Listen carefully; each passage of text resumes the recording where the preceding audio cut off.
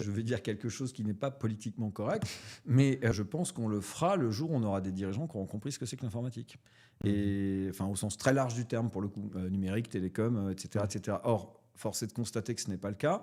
Quand tu regardes aujourd'hui, il n'y a aucune organisation qui n'a pas, dans le privé, un DSI ou un CTO, voire plus on avance, plus le CTO devient le deuxième acteur de l'entreprise, peut-être avec le meilleur développeur, alors qu'on a un État dans lequel il n'y a pas de DSI, ou plus exactement, il y a un secrétaire d'État au numérique avec plus ou moins de pouvoir, mais qui est clairement, d'ailleurs c'est pas un ministre, hein, c'est un secrétaire d'État, donc déjà ça raconte quelque chose.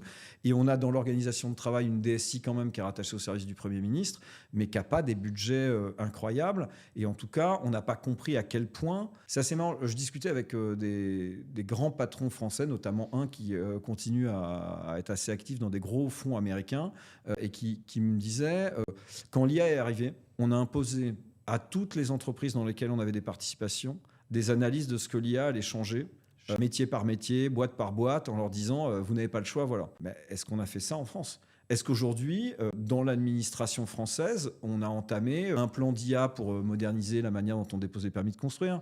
Est-ce qu'on s'est demandé en quoi, dans la décision de justice, l'IA pouvait nous aider à aller plus vite ? Voilà. Et une fois encore, il ne faut pas se méprendre sur mon propos, je suis vraiment intimement convaincu, et je sais que tu l'es, qu'il y a une place de l'humain dans tout ça. L'idée, c'est pas de dire on crée une machine infernale qui décide de tout, toute seule. Voilà.